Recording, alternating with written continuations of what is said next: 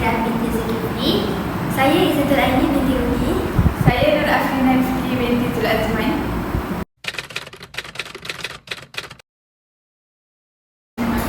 Assalamualaikum kelas. Selamat pagi. Waalaikumsalam cikgu. Selamat pagi. Apa khabar hari ni?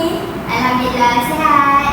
Nampak tak apa yang cikgu tayangkan kat sini? Nampak. Apa yang kamu nampak dari tayangan yang cikgu tayangkan ni? Saya nampak ada gambar Maggie cikgu. Lagi? Saya nampak rama-rama. Lagi? Lepas tu ada lakaran kereta. Lagi? Nampak harimau. Buku.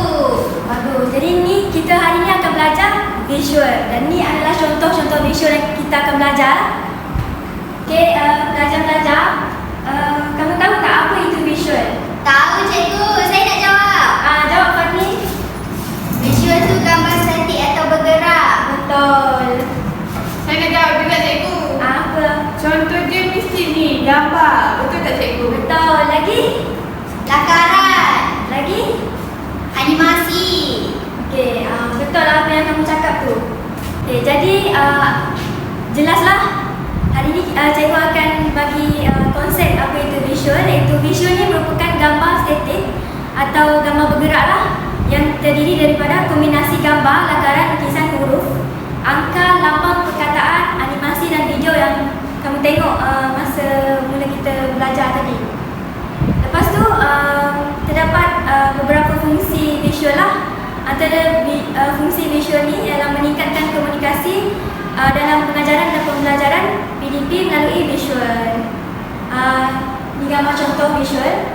Yang atas tu lakaran dan yang bawah tu gambar sebenar lah.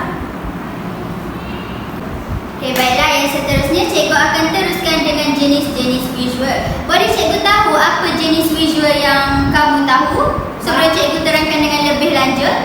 Bahan bercetak. Selain bahan bercetak, Gambar. lagi? Carta.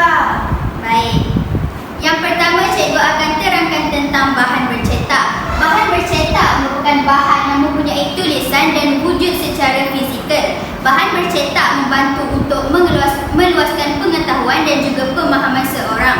Contoh bahan bercetak ialah seperti majalah, surat khabar dan juga poster. Boleh faham tak? Boleh. Boleh. Seterusnya ialah carta. Carta merupakan perwakilan visual mengenai hubungan abstrak seperti kronologi, kuantiti dan juga hierarki. Carta yang dipilih atau direka sendiri seharusnya dapat menyampaikan mesej yang jelas dengan gambaran visual. Contoh carta ialah seperti carta organisasi, carta klasifikasi dan juga garisan masa. Boleh cikgu tahu tak apa carta yang biasa kamu buat selain daripada carta organisasi? Carta keluarga cikgu. Lagi? Carta sekolah. Carta sekolah, baik. Yang seterusnya ialah graf. Graf merupakan perwakilan bagi visual data. Jenis graf ialah seperti bar, gambar, bulatan dan juga garisan. Penyediaan graf ini dapat membantu meningkatkan kemahiran mentafsir mentafsir data dalam diri murid. Boleh tengok contoh graf, iaitu graf pie yang bulat, graf bar dan juga graf garisan. Boleh faham tak tentang graf ni? Faham cikgu. Yang seterusnya, cikgu akan teruskan dengan gambar. Gambar ni memang dah biasa kamu lihat kan? Kat mana-mana pun kamu boleh jumpa gambar ni kan? Betul. Gambar ialah bahan visual 2D, iaitu perwakilan visual manusia, tempat atau benda. Gambar dapat menyampaikan maklumat tanpa bantuan perkataan. Contoh gambar ni apa yang boleh kamu lihat? Sawah. Sawah padi. Selain daripada sawah padi, Pokok kelapa. Ada pokok kelapa.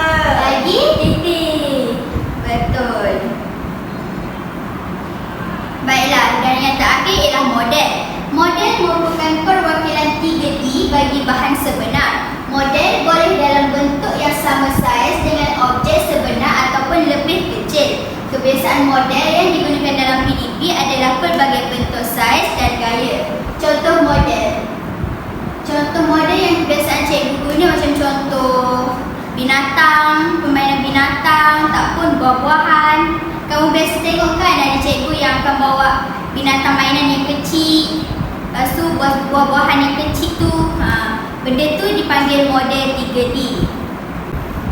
Baiklah, seterusnya cikgu akan sambung pembelajaran hari ini dengan sesi soal jawab. Kamu semua bersedia tak nak jawab soalan ni? Sedia, cikgu. Okey, baiklah. Soalan pertama yang cikgu nak tanya ialah, apakah contoh graf yang kamu pelajari tadi? Saya. Okey, boleh Pak Tining jawab. Carta pai, cikgu. Betul. Lagi? Saya nak jawab. Apa Izzy? Graf garisan dan graf bar. Betul. Okey, soalan kedua saya nak tanya. Apakah jenis-jenis visual yang kita pelajari tadi? Ada 5, cikgu. Ada 5. Okey, apa yang jenis visual 5 tu? Bahan bercetak, Lagi? Model, Lagi? gambar, Lagi? graf, Lagi? carta. Betul. Okey, soalan terakhir cikgu nak tanya. Cikgu nak tanya soalan terakhir. Apa beza model dengan gambar? Gambar tu kita hanya tengok daripada sama ada dari dalam media ataupun daripada kertas. Kalau model tu kita boleh keluarkan benda tu. Okey, betul. Tapi Bentuk lagi yang satu, betul, bentuk yang sebenar. gambar tu dia berbentuk 2D. Dia tak nampak sangat dia punya gambar tu. Jadi kalau model ni dia nampak dia 3D. Okey, itu sahaja sesi soal jawab kita pada hari ini. Okey, aktiviti kita yang seterusnya ialah 3 stray 1 state. Kamu pernah mainkan tak permainan ni? Tak pernah. Semangat tak nak main hari ni ni? Semangat. Okey, jadi hari ini cikgu akan bahagikan kamu kepada 5 kumpulan. Satu kumpulan akan ada 4 orang, satu ketua dan 3 ahli yang lain. Ketua kumpulan tersebut akan jadi pembentang untuk tajuk yang akan kamu bentangkan, dan 3 ahli yang lain lagi akan bergerak daripada satu kumpulan ke kumpulan yang lain untuk mendapatkan maklumat. Okey, dalam sampul yang cikgu sediakan ini akan ada tugasan yang kamu perlu lakukan. Jadi ketua kumpulan akan ambil sampul ni dan akan buat tugasan tersebut bersama ahli yang lain untuk dibentangkan. Okey, ketua kumpulan yang pertama boleh datang untuk mencabut sampul surat ni.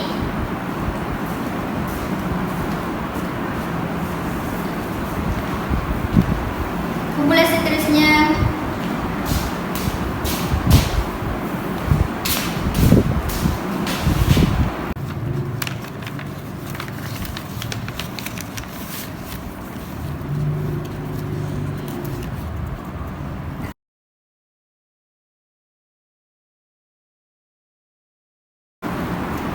Okey, yang pertama kita tengok jenis visual ni. Jenis visual kan ada 5 ya. Yang pertama ni kita tengok bahan bercetak. Okey, maksud bahan bercetak ni merupakan bahan yang mempunyai tulisan secara fizikal. Maksudnya nampaklah tulisan tu dalam buku tu. Lepas tu bahan bercetak ni dia membantu untuk meluaskan lagi pengetahuan dan juga pemahaman kita. Contoh bahan bercetak seperti majalah, surat khabar, poster yang ada tulisan macam itulah. Okey, terima kasih. Baiklah, untuk sesi ini saya akan terangkan tentang graf. Graf merupakan perwakilan bagi visual data. Jenis graf ialah graf bulatan, gambar dan juga garisan. Penyediaan graf ni membantu untuk meningkatkan kemahiran mentafsir data dalam diri kita. Contoh graf ialah graf pai yang berbentuk bulat, graf bar dan juga graf garisan. Boleh faham tak? Boleh. Terima kasih. Okey, baiklah. Seterusnya kita akan pergi ke aktiviti spin the wheel. Murid-murid pernah try tak aktiviti ni? Pernah. Okey, tak apa kalau pernah, hari ni kita main lagi lah.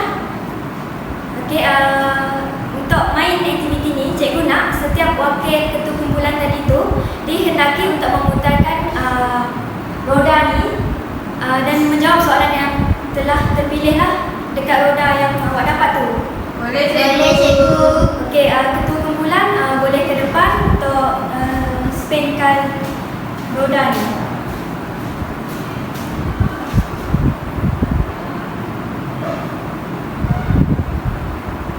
Okey, boleh tekan. Terdapat 5 jenis visual iaitu bahan bercetak, carta, graf, gambar, model. Okey, betul. Okey,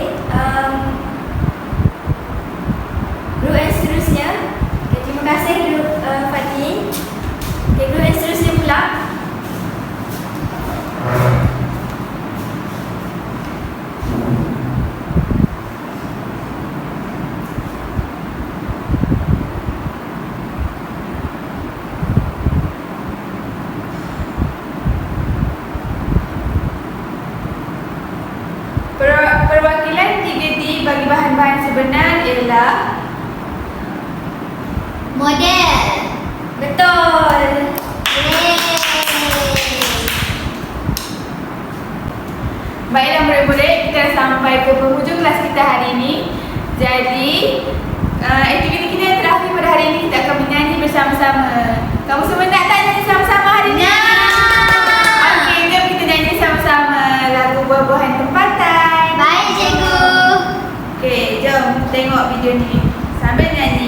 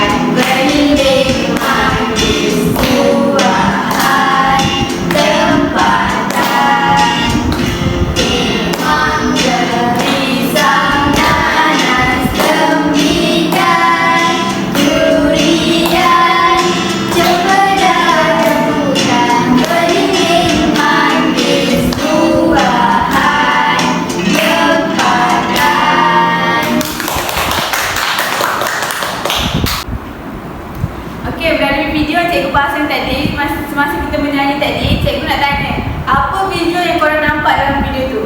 Visual gambar buah-buahan. Gambar buah-buahan tu gambar 2D ke 3D?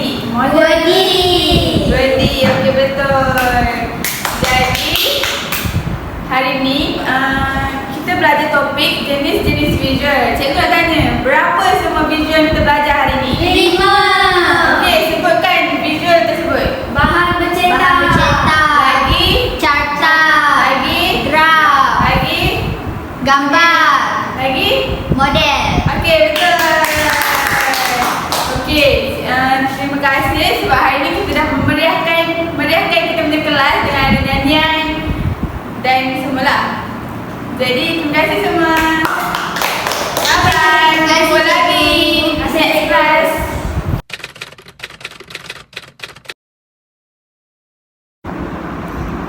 Baiklah, saya akan teruskan pembentangan pada hari ini dengan menerangkan tentang model Azure. Model Azure digunakan dalam simulasi pengajaran yang ditunjukkan sebentar tadi.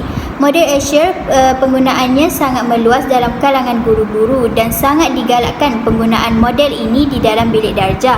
Penggunaan model Azure ini membantu guru untuk merancang PDP dengan baik dan berkesan. Terdapat beberapa elemen yang digunakan dalam model Azure. Elemen yang pertama ialah analisis learner ataupun analisis pelajar. Ciri umum pelajar iaitu umur, tahun, kelas, jantina dan latar belakang. Guru telah mengenal pasti latar belakang murid iaitu seramai 20 orang murid kelas tersebut. Murid tersebut terdiri daripada 7 orang lelaki dan 13 orang pelajar perempuan. Pengetahuan sedia ada yang digunakan dalam simulasi tersebut tadi ialah setelah berlakunya set induksi, guru mendapati murid dapat mengetahui bentuk visual serta konsep asas visual tersebut. Elemen yang kedua pula ialah state objektif ataupun nyatakan objektif. Guru perlu menyatakan objektif supaya ia dapat membantu guru memilih media dan kaedah penyampaian yang sesuai. Dalam simulasi tersebut tadi, pada akhir pembelajaran, murid dapat mengetahui konsep visual melalui penerangan guru, murid dapat memahami contoh visual dan juga peranan visual dalam proses pengajaran dan pembelajaran melalui aktiviti soal jawab bersama guru, dan yang terakhir, murid dapat mengukuhkan lagi pengetahuan mengenai jenis-jenis visual melalui aktiviti spin the wheel. Baiklah, elemen yang ketiga ialah select methods, media and material iaitu pilih kaedah, media dan bahan sumber.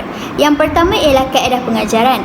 Kaedah pengajaran yang digunakan semasa simulasi pengajaran sebentar tadi ialah kaedah perbincangan melalui aktiviti 3 stay 1 stay, kaedah soal jawab setelah mendapat penjelasan daripada guru dan juga kaedah berpusatkan bahan iaitu aktiviti spin the wheel. Yang kedua, media. Penggunaan media ialah sewaktu visual semasa set induksi dan juga penerangan oleh guru. Dan yang ketiga, penggunaan bahan sumber seperti komputer riba, tayangan bahan visual, slide pembentangan dan juga permainan spin the wheel.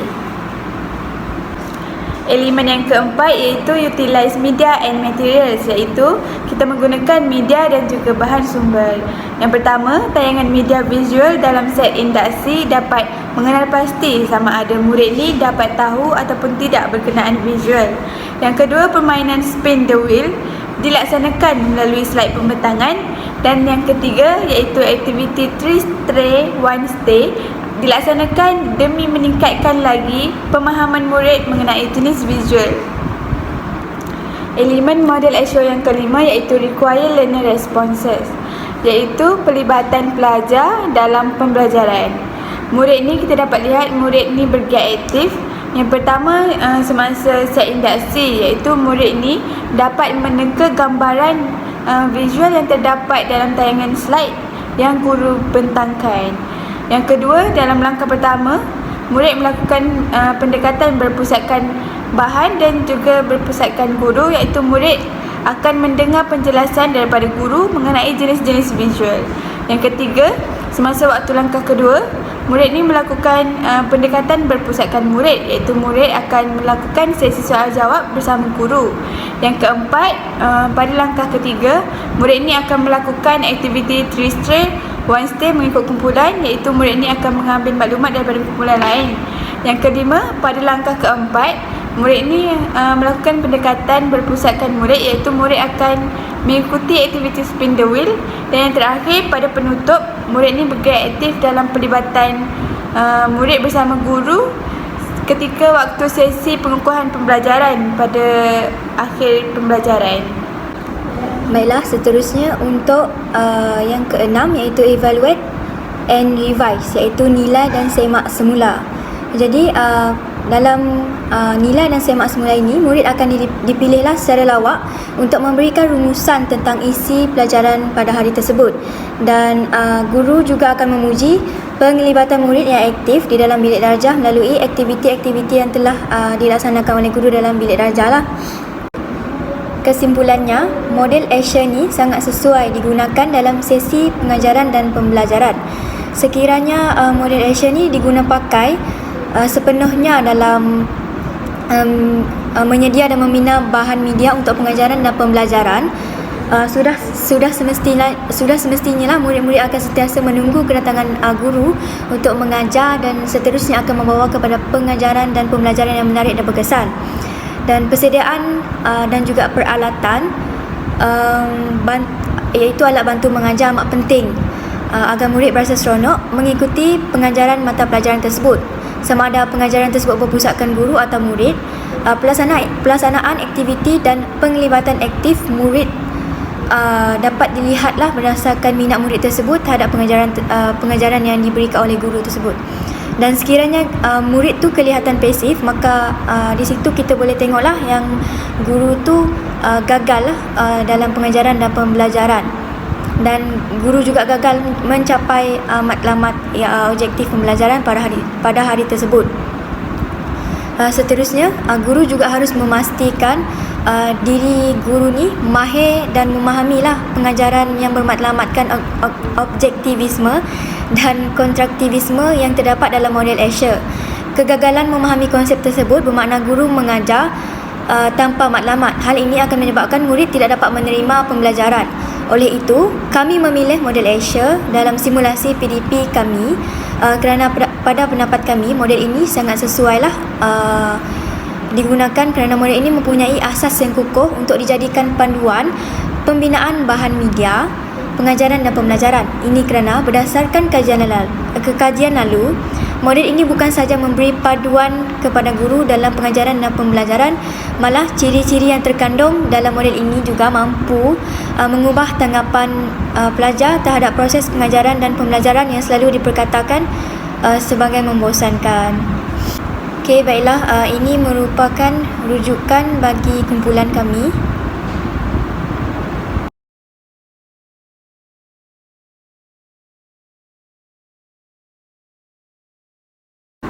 Itu sahaja pembentangan daripada kumpulan kami. Sekian, terima kasih. Terima kasih kerana telah menonton.